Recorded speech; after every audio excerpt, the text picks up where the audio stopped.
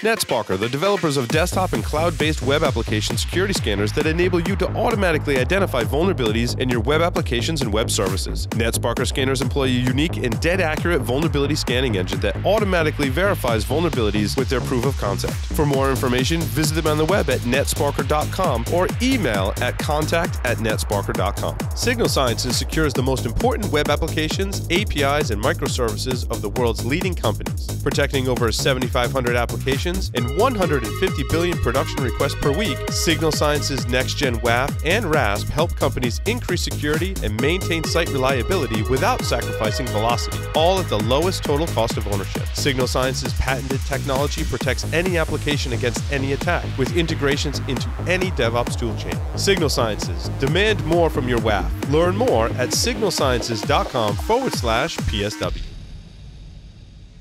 And welcome back. It's time for news stories of the week. No announcements this time, so we're good to go. But again, thank you for everybody for giving me a hand. I have no idea why this thing is in the studio, but it's way too much fun. So, absolutely, Kevin, Apollo, thanks for sticking around for the stories. Jack, Jason, let's go Rocket. You know, when you touch the hand and touch yourself, you're still touching yourself. Oh, and this hand touched Johnny earlier, so if my never mind. All right. Kevin, I really liked some of your stories in here. I think there's a theme about lots of breach stuff going on this week. I do feel like I try and cover the breach of the week. Unfortunately, there was still a lot of them this week. Unfortunately, this time around there were several breaches of the week, and also some settlements around breaches that we previously known. Yep. So let's all start with one of our favorites. If you all remember Yahoo. I do. Now another company that's not Yahoo. I guess they sold off. Yeah, they sold to Verizon. And they have finally settled the case. So when everyone's email got stolen, they're being charged just a paltry $47 million. Oh my God, that's it? That's it. Interesting. Which is... Now the question is, who is that money going to? That is a great question. And I don't have an answer for that. Looks like the SEC. Yeah. Yeah, basically. Yeah, so... Got to keep the lights on. Yeah, exactly. Someone's got to do it. Exactly. And you know what's funny? I actually do have a Yahoo email account still, and their service has gone poorly lately. They used to actually be decent. I mean, reliability is there. I get all the emails, but the ones that I want go to spam, and the ones that are spam that I don't want go to my inbox. Mm-hmm. Like their spam filter is backwards. If you had a WAF, wouldn't be a problem. No. Well, you got to SAST and dashed your WAF. Mm. Oh. That's the real key right there. Got it. You got to SAST it first. Yeah. So I'm, first of all, surprised there was actually a settlement about this. Yep. I kind of figured it'd be another one that'd be kind of pushed under the rug. But that kind of segues very nicely into story number 4 of mine. Another one of our favorite companies, Equifax. About getting pushed under the rug, right? So we all remember Equifax. Now, what I find very interesting about this is there is no U.S. lawsuit settlement case that I am currently aware of, but they are being fined by the UK credit rating agency for £500,000. That's it? That's it. Wow. For I bet it's a relation to number of people. 15 million Britons. So what they said actually in here is that the £500,000 is the highest amount allowed under the law. So well, that explains they took them to the max, but the law only allowed them to go so far. Oh. I was talking to somebody in finance about this last year, and I think it was because it was before GDPR went into effect. So they weren't able to be fined under GDPR rules. Mm-hmm. So but still, £500,000. That's nothing. Yeah, that's nothing. So it's interesting to see what will change in the grand scheme of things, particularly with GDPR. Yeah. And that will actually force companies to maybe invest into their own security. I'm waiting for British Airlines to be dinged. So there's British Airlines was the next one, which also, you know, there's a lot of international themes to some of these stories.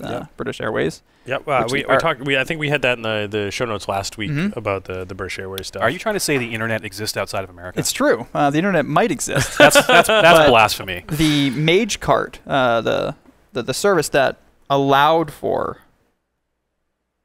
Or is MageCart the group or MageCart the service? I think it's a service. Yeah, either or, the same service or group struck Newegg. So if you, this is a public service announcement to all of our customers. If you bought something in any recent time on Newegg, I would highly suggest. Right. When you think about us, it's like, oh, MageCart with British Airways, maybe limited, but Newegg, yeah. Oh shit. Uh-oh. There's your target market right there. So. So that just about covers breaches of the week. Yep. So Jack, Jason, any comments on any of that? Apollo? I mean, I'm hoping it's interesting that the card scraping was done in JavaScript. Wait, MageCart was done in JavaScript? Yeah. Yeah, from what I understand, this was a JavaScript injection that was pulling things out of Newegg and BA. And so it's like, oh, there's an interesting demo for cross-site scripting. And if it's on 2 major websites and services, you have to imagine on how many smaller companies is also potentially using this. So for anyone who may run web infrastructure that may utilize MageCart, maybe now would be a good time to see if things are buttoned up. Which is kind of funny because we were talking, I asked you guys that question earlier. Would you rather have an internal breach or a third-party provider breach? Yes. They both suck. They do. However, now the thing about that, if it's a third-party provider, can you shift the blame to a third party? Well, as we see with the Yahoo settlement and Equifax, sometimes no. You're just kind of screwed. Yep. Jack, you got the microphone there. I was just going to say the good news is that Magento was acquired by Adobe, and that'll solve all the security problems with MageCart. Oh, perfect. I think that the world is now in a happier place. You just have to start using Flash. I have a rant, but I'm too sober tonight about breaches like Equifax and the fact that we've all taken our eyes off of, and normal people have gotten fatigue from breach disclosure laws, but they're not being enforced. And there need to be teeth in these things. And I'm afraid to say that we need a national breach disclosure law in the U.S., but having 40 or so individual state ones, no 2 of which line up, and no rational enforcement, with the possible exception of California and Massachusetts. Nobody takes it that seriously, and I think Massachusetts has taken their eye off the ball. Yeah, there are so many breaches go undisclosed. You just throw out there, ponder how many times you've had a credit card reissued because of a merchant breach. The bank doesn't have to tell you. They say, oh, there was a merchant breach. You're getting a new card. And which you merchant? Never get notified. Yeah, which merchant? Yeah, we don't which have to merchant? Tell you that. You never get notified because the bank doesn't have to tell you. As a matter of fact, they're probably contractually obligated against telling you. Oh, hey, I'm a resident of a state with a disclosure law, but I never heard about the last couple of reissued cards. Jack, you were. I saw something on Twitter that you had a minor rant about some Georgia or something or other. Yeah, I'm still waiting. I can't say much because I don't want to. Because I have a bunch of dots that you could connect, and I don't know if they should be connected. But I do know that I had a card reissued, and I was told by the bank that issuing bank that it was due to a merchant breach, and it was pretty straightforward what merchant it had to be. But the merchant hasn't notified me, and the bank can neither confirm nor deny. So I don't know who. So I think what I do is stop dealing with that merchant and cancel that credit card. But if you actually do that, you're left dealing with cash with people on the sidewalk because they're all so bad. Yep.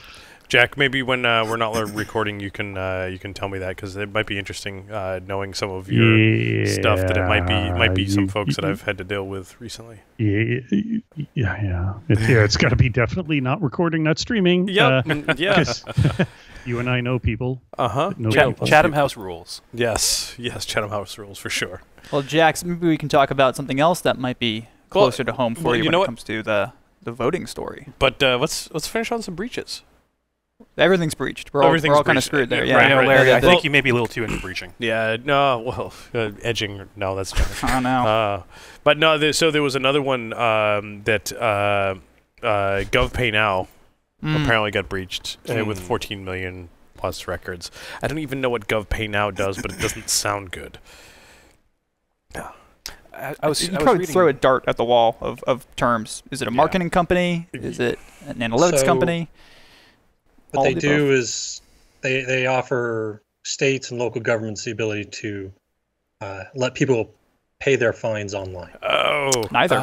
Okay, interesting. So you would if I was I live in Layton, Utah. Layton could subscribe, I suppose, to their service and say, look, now you can pay your fines online. And we just go through this, company called GovPay Now, who none of us would have ever heard of, and got caught up in some kind of breach. So, not that I know Layton is involved in any of this. That's just an example. I wonder if they're FedRAMP compliant. Clearly not. They should check out your repo. Yeah. Yep. And that's Jason. That's kind of interesting. That I think about. I don't know what was disclosed. Email address of millions of subscribers. But thinking about the privacy perspective on that is that there's a couple of things that are kind of terrifying. Was that, one, the email address was exposed. Two, they've used the GovPay Now service, and we know what that's for. So that means they've had some sort of fine, which they have in fact paid by positive acknowledgement. One time I was young, I was stupid. I'll admit to that. More than once. I got a payday loan. I was going on a trip to India for work, and I needed like $5,000 to get my passport and get the hotel, all this crap. And I'm just like, I'll be making the money, and I took a payday loan. But the thing about that is, I paid the loan off literally the next month, immediately. But I was being hit by a bunch of other companies to be like, you didn't pay the loan. You didn't pay the loan. Pay us back now. But I can see that using that information to pull the same kind of scam and saying, we never received your payment for that fine. And the thing is, you have so much contextual information that we would assume would be hard to get. Yes. Because you find, I'm assuming home address, the exact date of the incident, and the fine amount. That's some pretty specific information that for social engineering is amazing. Hell, even I might get tricked by that. Yep. Yeah, I had a similar type of experience years ago, but it wasn't caused by a breach. Yeah. That there were companies out there that buy bad debt. Yep. And they buy bad debt that has expired. Yep. And they call you up and say, hey, you didn't pay your bill for such and such. And they try to get you, no, you're right, I didn't pay that. They try to get you to admit it. And then as soon as you do that, it becomes a valid debt again. And now you have to pay them. But if it's one of those, if you don't ever admit to, I don't know what you're talking about, I paid that, any of those types of things. I had one of those happen. I had a debt that I had paid that never apparently got remediated at the provider, which happens, unfortunately. Which it does. Yeah.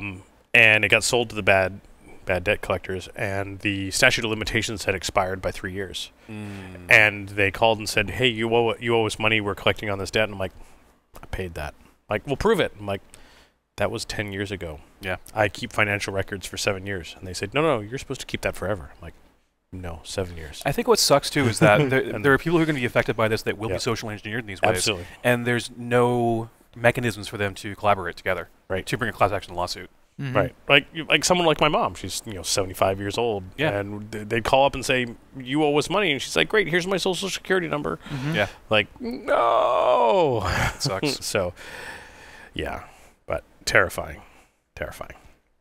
All right, so Kevin, you had something that was not breach related. Not breach related. Well, hopefully not yet. Oh God. As there's a story that's making the rounds today about a lawsuit against the Georgia Secretary of State over their electronic voting machines. So, Jack, I was hoping you'd be able to chime in potentially on this story. Is Georgia using electronic voting machines? Have they got past paper finally? So now they are. And the lawsuit was to turn that around. Yeah, they have been for a while. Paper is way better. It's worth mentioning that the Georgia Secretary of State is Kemp, right? Sure. Yeah. Okay. Who's running for governor on a platform of voter suppression? Yeah, like they all are. Yep, that's it. Voter suppression. That's his thing. He is. Well, I'm gonna get really political here and pull in something from my stand-up routine, which is As the official spokesperson for straight old white dudes everywhere, stop electing us. Nice. And what's very Kemp is a I'm trying to find the technical term, piece of shit. But we have plenty of those here in the Deep South, and yeah, you know, I mean, this is the state that introduced the law that finally took Governor Deal to veto, that made it illegal to report a vulnerability. Because people reported vulnerabilities in the electronic voting systems used here in the state. This state does require ID and doesn't allow photography or recording or use of electronic devices in the voting places. I live in a town that is 25% Caucasian, white, and the rest not, primarily African American, but large Hispanic Latino. If you try to vote early, it is like out of Hitchhiker's Guide to the Galaxy, except it's on an upper floor instead of in the basement, hidden behind file cabinets. And that's apparently normal for Georgia, and there are enough rich people in the area that it's not so bad. Yeah, the Secretary of State is not somebody that I'm a fan of, and the way we treat cybersecurity here is really embarrassing, given University of Georgia, particularly Georgia Tech, Kennesaw State, the things that happen in and around Augusta, Georgia. It makes no sense, but there's a huge disconnect between the reality that the world faces and what Georgia politics is. But actually, there will be a panel discussion at B-Sides Augusta that I'll be participating in with a bunch of way smarter people about the breach disclosure or the vulnerability disclosure law that got mowed down and how we should address it here in the state. And speaking of which, Jack, when and what is the venue for B-Sides Augusta? I should find that out since I'm going to be there. It's a good place to know the venue. Yeah. Oh, so what's funny, when I was doing that presentation I just did for the tech segment, I was seeing a friend in Montana that week, and I literally flew in, arrived at like 5:30, took a tab ride over to the venue, and then 10 minutes later gave the presentation. Nice. So Jack, I Good timing. believe in you. You can get it. Nice. You gotta get her done. Get her done. All right, what else we got? Jason. Well, I thought there's kind of funny ones. Like, I think the one that made me laugh the most was the Amazon Basics microwave with Alexa, and it does have the dash functionality built into it, so you can tell your microwave, "Hey, order me some popcorn." Wait, what? So there's the Echo built into the microwave, or you can control the microwave with the Echo? From what I understand, it is built in to the microwave. What the? I mean, if they can get me 1 hour delivery in Boston, hey. So I'm looking at this Amazon page now, and I do just want to call out the first thing it tells you about the description of this microwave, underneath the price, is now it's easier to defrost peas. And I just have to wonder, is that really the first thing you want your potential customer to know? And it's also easier to make popcorn because you can just say, "Alexa, microwave popcorn for 2 minutes." No, wait. peas. Alexa, microwave popcorn. I was going to say, I think it's just a microwave popcorn. And it knows what it needs to set it for. And you can also tell it, "Hey, get me more popcorn because, we're out and it's movie night coming up." So looking at this, I'm not seeing that it actually has Alexa built in. Works with, so it probably pairs with another device. Yep. Oh, maybe that's it. I don't know. Oh, but when pressed, there's an Alexa button. When pressed, there's no need to say Alexa or microwave. To start cooking, use your voice or just Ask press. Alexa. So it has a button. Wow. Technology was a mistake. What? I mean, This just kind of falls under the, did we really need to do this? I mean, it's not that big of a deal for me to push add minute. And pre-ordered. Let's get some automation around this. Seriously, pre-ordered. Thank you. Your order has been placed. God damn it! The first person to hack a microwave, let me know. And my search history has been polluted due to an earlier discussion via Slack, because now I'm getting related to items you viewed. Wow. That is... Well, let's just say it's not video friendly. And even better, I viewed that in another browser, and I wasn't logged in. Hacked. Wow. Well, that's the thing, too. I mean, these like third-party... I can't remember the name of it now, but basically, it's a generic advertisement system that tracks your IP address and your individual devices when you're logged in and logged out. Yep. So you basically get like this universal cookie Super on cookies, your given device. Super cookie, yep. And then it correlates between all your devices. It doesn't matter if you're logged in or logged out. And it's all part of this massive ad network. There's like a few service providers out there. It's creepy, but man, it works. Yep. Apparently it does. Because now I've got ads for sex swings. Jason, I was hoping to get your I mean, if you try, you can make any swing into that. But yeah. Sorry, Kevin. What was it? I know. Here we go. Those are the hard-hitting news facts that we need to hear about. And I was hoping to get your thoughts on your story number 4: U.S. military given the power to hack back and defend forward. Yeah. So this one's interesting. I did some reading on. This was in Sophos Naked Security blog. They've got links to the actual document put out by DoD. But basically, it looks like the U.S. is being the U.S. military is being authorized to either hack back if they're under attack, or this idea of defend forward, which sounds like attacking back. What the hell does that even mean? Defend forward. Defend forward. Part of me looks at this and. Was that in 1984? That's some Orwell speak right there. Yeah. I'm going to go attack your shit and then secure it for you. Wait, what? Is that defending forward? Is it like where you beat someone with a shield? Is that what that is? Defend forward? Yeah. I think the idea is it lets them go after assets in places they wouldn't normally have operations, potentially in friendly countries where we wouldn't normally have spies in there. But it's hard to say because defend forward. Yeah, that's attack. That's clever.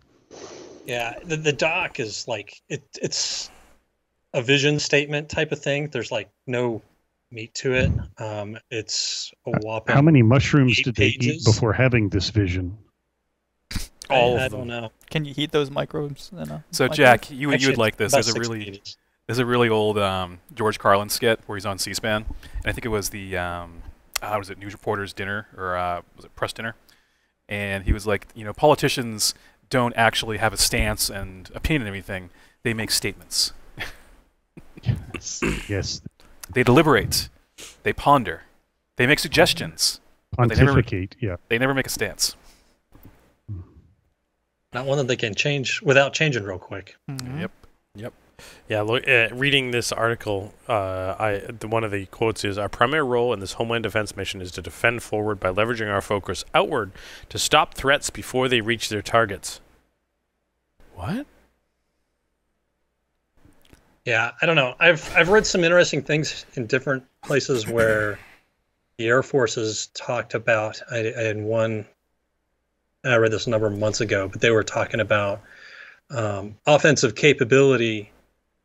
To instead of if everybody's got is dependent on network systems and the whole bit, if they can get in and mess with systems to prevent planes from being able to take off, then that's as good as shooting them down. I mean, I can do that already for $100. Oh wait, should I not say that? Yeah, and there. But you have to be in things theater. Like go ahead, Jack. Limiting the damage done by something like I imagine this authorizes takedown of command and control without going through the hoops that would normally be necessary to get cooperation from other governments. So I things like let's knock out command and control systems, let's knock down jump boxes and things like that. Let's take out some pivot points and make it harder for people to do their attacks. But it's not terribly clear, and it's full of like political ease woven in with cyber ease, and hopefully the beauty is that attribution is easy, so there won't be any missteps. Jack, if we went back to Multics, this would not have been a problem. It's right. Right. We just put a TCP/IP stack on top of Multics, and So anyway, the thing that's interesting about this podcast on living in a cave. Stay tuned for that. One thing I thought was interesting about this is they talk about this idea of they're now authorized, but you read the document and it's like this isn't any kind of directive or anything like this. It reads like here's what we'd like to be able to do. Vision document. Mm-hmm. Yeah, it's so I'm not sure. You know, the statement says given power, but I didn't see anything in that document that would authorize anybody to do anything. So instead of doing something, they're moving forward. Yes. The appearance moving around moving anyhow. forward. Yeah. The appearance. Yep. Oh, so October 20th at Augusta University is B-Sides Augusta. Awesome. So October 20th. Awesome. Yeah, Jack. Well, I'll have something to tell you about when we're off air, and if the other folks want to listen about that. I was recently in Augusta. I miss being in studio because we don't have all those conversations we used to have. No. It's either way. It's good times. We'll make it work, and we'll have some fun. But all right, what else we got? I threw one in because the people that give me paychecks did some stuff. It's interesting because we haven't traditionally, as Carlos knows, we haven't traditionally made a lot out of what came out of our research team, but our research team at Tenable found a vulnerability in some cameras that are often used for surveillance and monitoring. Nobody will be surprised to know that internet-connected cameras have vulnerabilities, but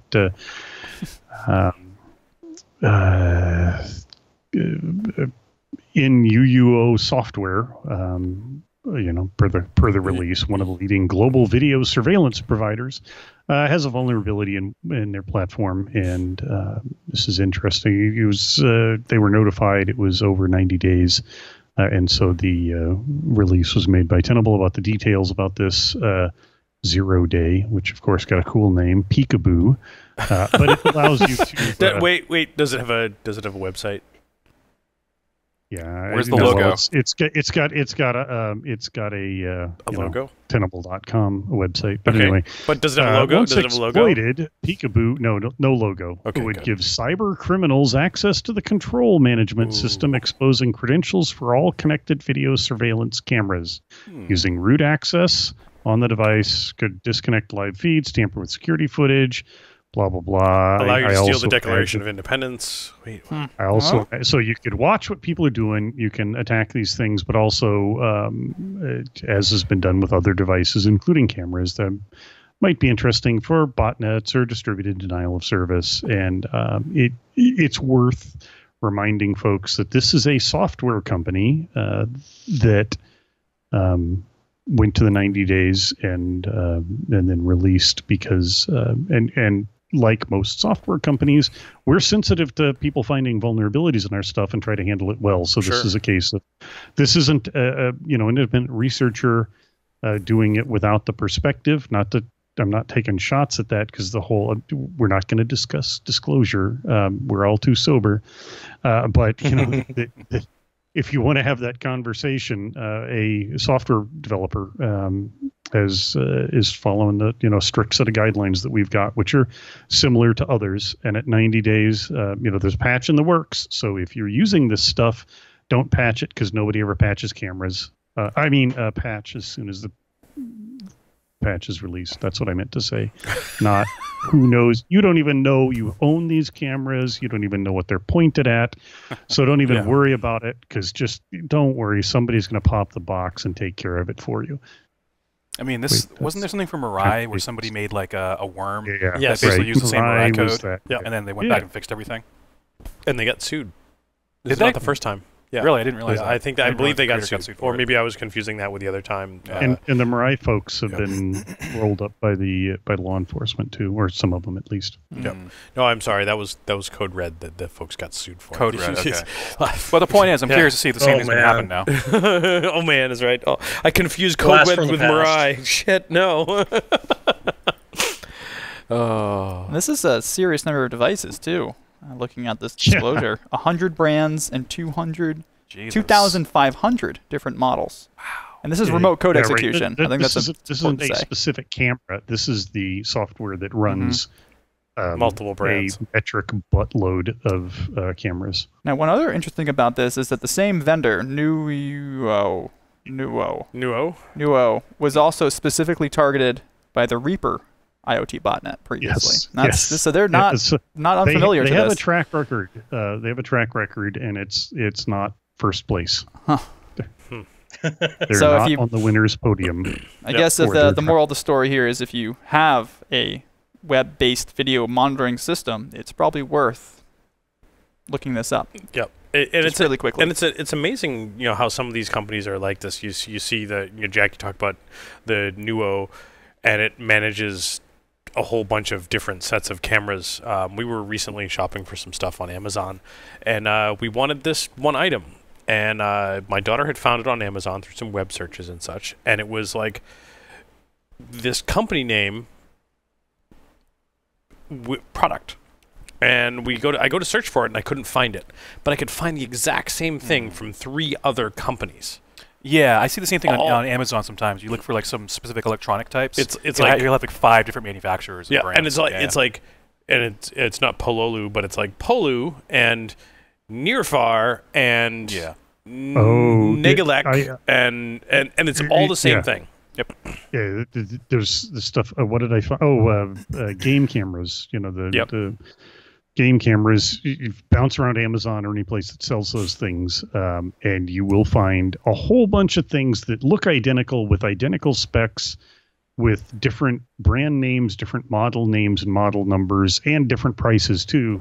But they're all the same. Yep. I've used a handful of them for a variety of things personally and professionally, because camouflaged black plastic box mounted on a gray wall doesn't stand out. People are dumb. That's all I'm going to say. I don't know if anyone's noticed that, but people are dumb. But anyway, there's a lot of this stuff, and it's all the same code base. But exactly. Luckily, it's not like the entire open source world has common libraries that have vulnerabilities that have never been patched. Stop it, Jack. You're ruining the internet for me. Next thing you're going to tell me automobiles are completely unsafe. Oh, Jesus Christ. The great thing is the internet's a passing fad. Yes, yeah. The only thing you'll ever use it for is porn. Oh, God. Well, based on your search history, I think that's true.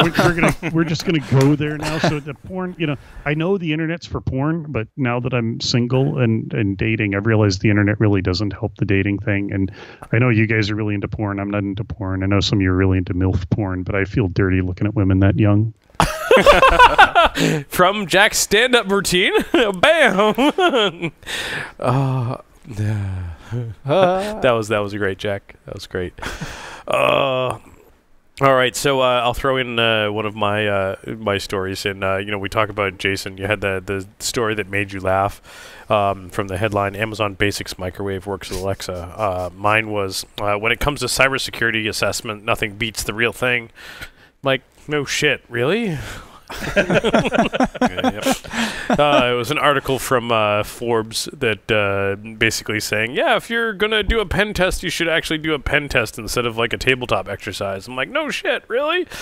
Yeah, it's kind of interesting. I mean, I read Forbes and Business Insider, and the past couple of years, like they've been running more articles like that.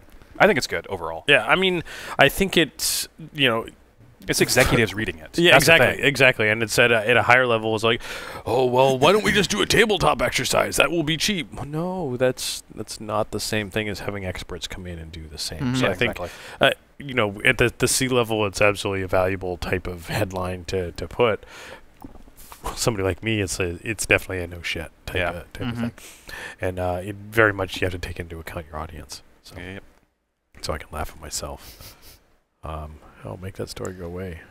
The other one that was also kind of terrifying from ZDNet, MMD, Microsoft Managed Desktop, plans to turn Windows 10 desktop management over to Microsoft. Wait, what? What? What does that mean?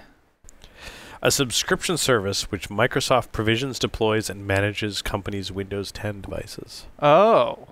Oh, so there's like a managed device as a service by Microsoft. So patches, credentials, I imagine.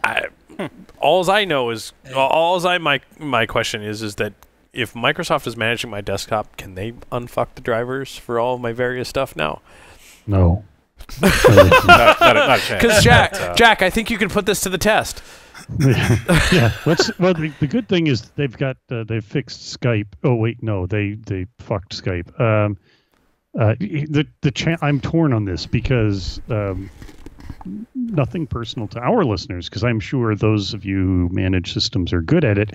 But I think Microsoft doing a shitty job of managing your desktops for you will be way better than the average SMB or a lot of enterprises.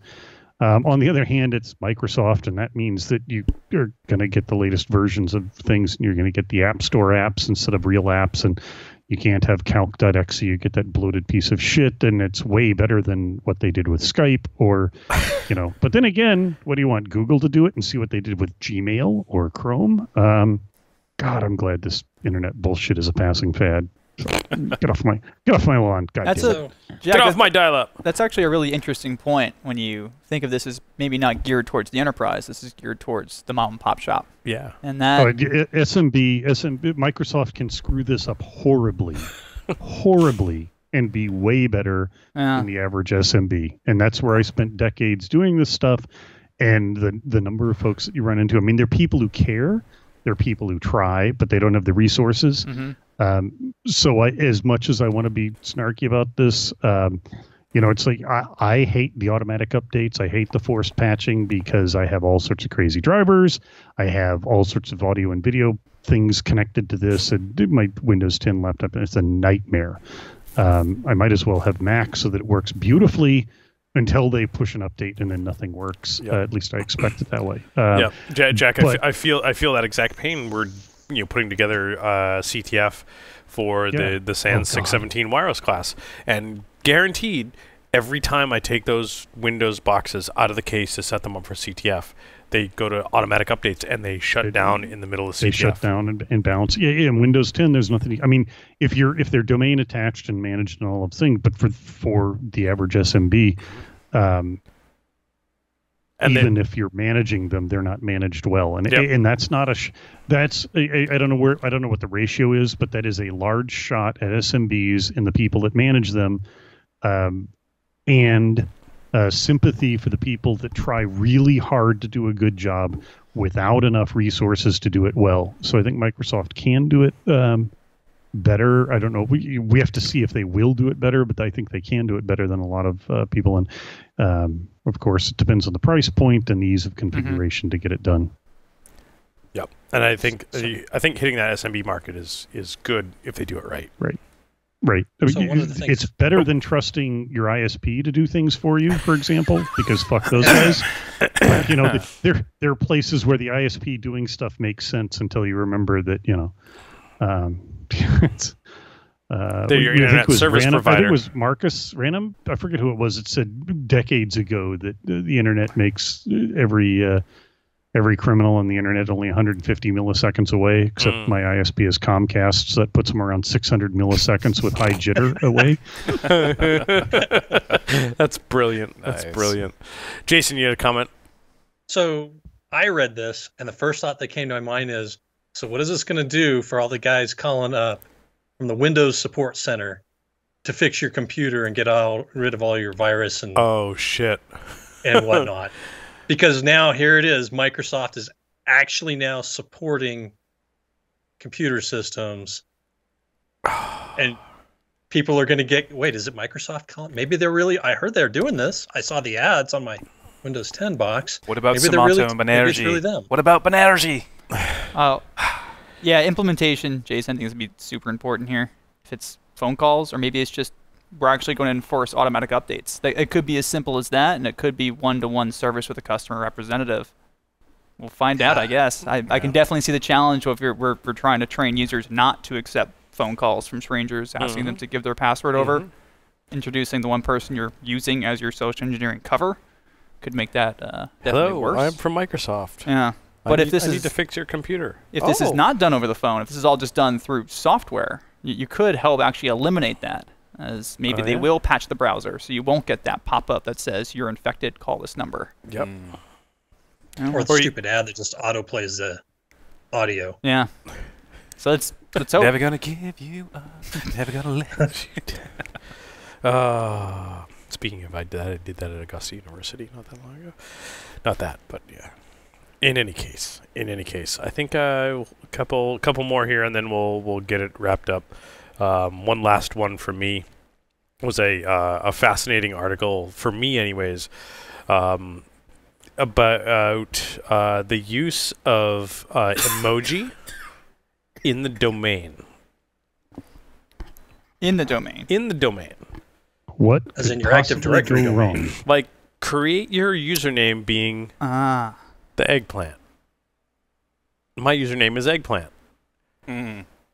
Huh. I mean, this is the great thing and the terrible side of supporting UTF. So yeah, I mean that's great. You support UTF, and what happens then when you put emoji in your password? So I can say that that actually works just fine. I used to use Unicode in passwords. And as long as you're not on a Unix system, like I used to run a Linux laptop, which didn't support Unicode through my browser and stuff like that, on a Windows box, it worked just fine. And yeah, it would really screw up a lot of your password cracking attacks, because now you've got some really off-the-wall character in there. Yep. But it did work in passwords. I can... Yeah. So reading this article, I want to read a little bit of it. The interesting part of all of this was that the banana emoji didn't appear to count towards any complexity requirements.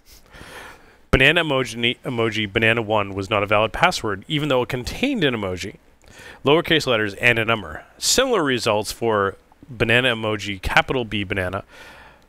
Interestingly, when banana emoji is pasted into a password field, 2 dots show up. All right. I get that. That's the Unicode portion. I'm uncertain the implication of that at this time. The banana does appear to count towards length requirements, as banana emoji, banana emoji, banana emoji, banana emoji, banana emoji, exclamation, capital A, lowercase a, is a perfectly valid password according to my current AD policies.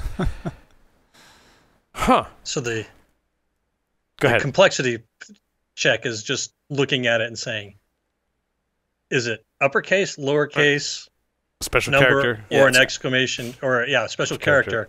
I mean, it's probably And converting I don't to know ASCII. anything about the rest. Yeah, it's probably converted the whole thing to ASCII under the covers. Continue, the largest challenge of utilizing emoji in your password is how to input the character without utilizing copy and paste. Yeah. Oh, snap. Damn it. Yeah. I mean, on Windows, what do you do? It's like Alt-0, and then it's like Alt-0X and something. There's a key combination you can press to input it. That'd be awesome. It's weird. Yep. And then it becomes, for me anyways, as a pen tester, if you use emoji in your domain, either passwords or in the domain or users, how do my tools react? Like, one of my favorite tools for wireless discovery is Kismet. Yep. And the current stable version of Kismet is all curses based and doesn't support emoji. So I name my network name with emoji, and Kismet doesn't like that. That's interesting. I'm curious now if my will support that, because that's an interesting bypass, because you're bypassing the actual hacking tool. Right. And it kind of reminds me of like IPv6. Like a lot of network hacking tools don't support it. Right, and that was the case. Do your tools that you use for either auditing your network or your pen testers use support the use of emoji? Bloodhound does. Interesting. Yeah. So, I mean, from a programming perspective, it really comes down to what languages are written in. So, for example, Python 2.7 doesn't support Unicode very well. Right. Python 3 does natively. Yep. I think it's like Java 7 finally supports Unicode. Perl, I'm going to say 8 is the latest version, supports Unicode natively. But the point of that is, it's only in the past like earliest 5 to 3 years that a lot of like really prominent languages finally support Unicode. So given that, we're still seeing this slowly roll out. So on the network layer, it's kind of cool we can do emojis, but I'm kind of not surprised a lot of software doesn't support it. Yeah. Because literally, it's not just, we're going to upgrade from 2.7 Python to 3. It's like, you got to rewrite like half your code base. Like, it's no small feat. It's not easy. Nope, it's not easy. But yeah, I mean, that's something to think about. I thought, the use of, like, now as a pen tester, do I recommend that companies use emoji in their AD infrastructure? And yeah, it's interesting problem. There's also something related. You ever heard of Unicode? Yes. Yeah, so Unicode is basically you're using the extended Unicode. So you look at like Cyrillic or the extended English alphabet, like E's with like accent marks and stuff. You throw that into the URL, so you can get like PayPal, but the Y is actually a Cyrillic Y. Looks just the same. It looks exactly the same. Yep. But yeah, so that's another huge problem we're seeing. Yep. There's actually a browser extension for that too that I use in Chrome that will detect that for you. Like it's something like the top 10,000 domains, and if it sees something that looks like Unicode, it'll actually put up an alert for you. Nice. Yep. Nice. Of course, it's a browser plugin, not native. Yeah, I know, crazy. Nice. Nice. Anybody have anything else? I can talk about Linus trying to be nice. Oh yes, yes. Yeah, it wasn't specifically in the show notes, but I do remember. Yes, Jack, reach out to us. Oh, Jack's must on be on mute. Jack has something, either himself muted. Oh. I think that Jack's words are too profound for us. Jack's words are too profound for us to fully understand. It's just I just have just evil maniacal laughter. That's all I have to say about him trying to be nice. It's there's all sorts of crazy stuff going around this too, with his stepping down from the 50 it's a C6, right? It's not a C3, not a charity. It's a swirling mess, but I mean, if you've ever peeked at the LKML, the swirling mess is better than what you normally get there. So yeah, so I've been at working developer for 17 years.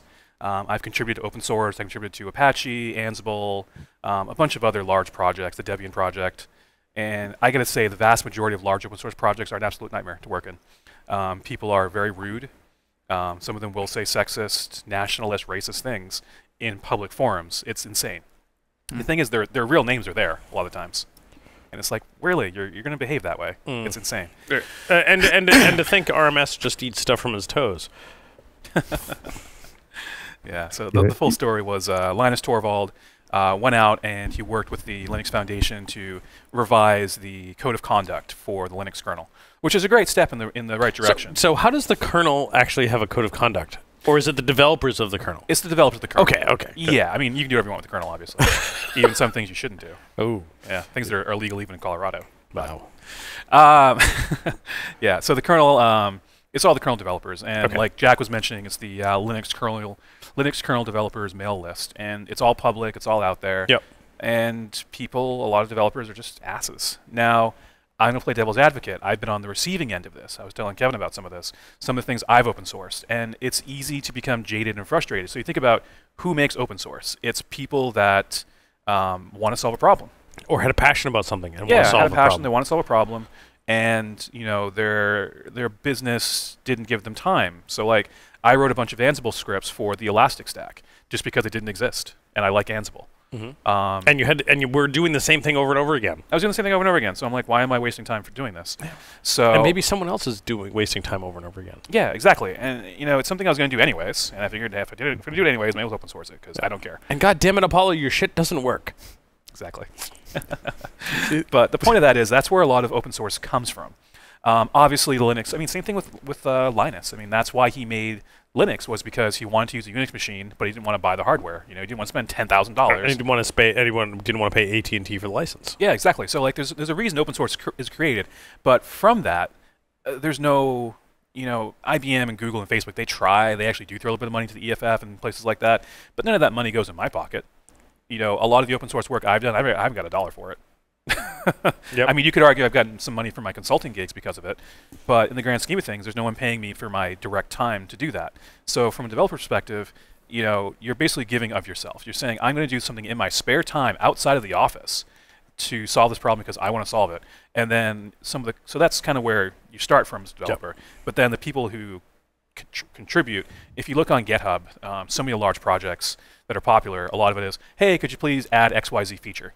And then it's all +1, +1, thumbs up, +1, +1, thumbs up, +1. Please do this. And as a developer, it's like, it's on the roadmap. Like, we want to do this, we get it, but it gets annoying after a while.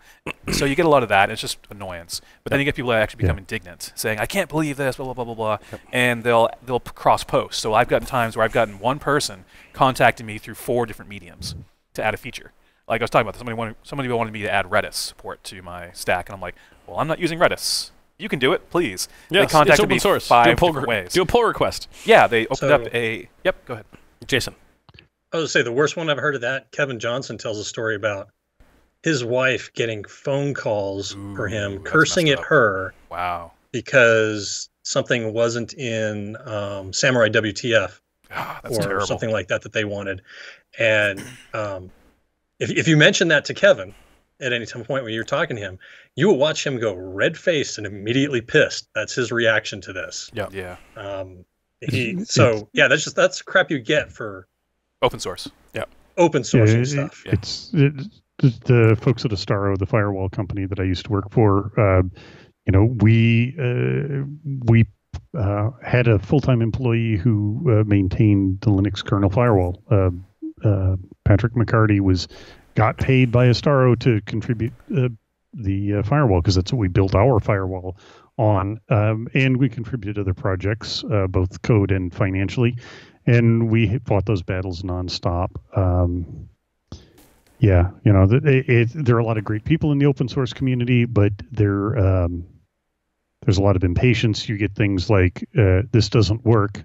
It's like, well, oh yeah, my favorite. What version of what operating system and what build of the software and what's your what else are you doing? It just doesn't work. Yeah. And I built this to solve my problem, not yours. Right. Yeah. Right. It's a challenge. It's on the roadmap. It's on the roadmap, and so is Idaho, and I'm not going either place. Yeah, so I just ran out of gas. Oh, so. the next time I'm on a sales call and someone says that to me, it's on the roadmap, I'm going to say that. That's awesome. I'm stealing that one from you, Jack. So is Idaho, and I ain't going there. Yep. And but the point of that is, bring back Apollo. What was the changes to the kernel developer code of conduct? Yeah. So what were the actual changes? Well, we should go back to what the original code of conduct was. Okay. It was basically write good code. That was it. All right. Good code wins. Write good code. That was it. Yeah. So you could be a complete douchebag and write good code, and that's good. Basically. And it said, try to be nice. Like, that was it. Try to be nice. Okay. Like, there was nothing in there. Try. But try. You could still actually be a douche canoe. Yeah. This one, it was basically like 3 paragraphs. This one now is like about 2.5 pages. And it says, look, if you are being... So one, obviously, treat developers and people in the community with respect, as you should. I like, they used a phrase in there. It was like, treat them as if they were one of your coworkers. Conduct yourself in a professionally responsible manner, which is totally great. This is all a public forum for all of this stuff. Yep. Aside from, obviously, phone calls and emails to the individual contributors. Yep. But the point of that is, so it said that. But it also said, too, it's like, if you are experiencing harassment, please contact the board, the Linux board. The Linux Foundation board. I can't remember the exact title. Sure. But yeah, let us know. Gave a contact method. Yeah, it said, look, if you are experiencing harassment, like, let us know, and we'll work with you to resolve that. So it said, obviously, it reiterated more formally, don't be an ass. But if someone is behaving like an ass, here is the, means that we would like for you to use to resolve it. Yep. It's a step in the right direction. Good. However, again, Linus has this history for almost 25, 30 years now of being an ass. I mean, I've seen some of his comments. They're really aggressive and they're really mean. Agreed. But again, going back to what a lot of open source developers experience, you can kind of see why they would behave that way. Jaded and bitter. And the thing is, too, I mean, I don't get, quote unquote harassment from people like that very often. It's maybe once a month. And at that point, I just don't care.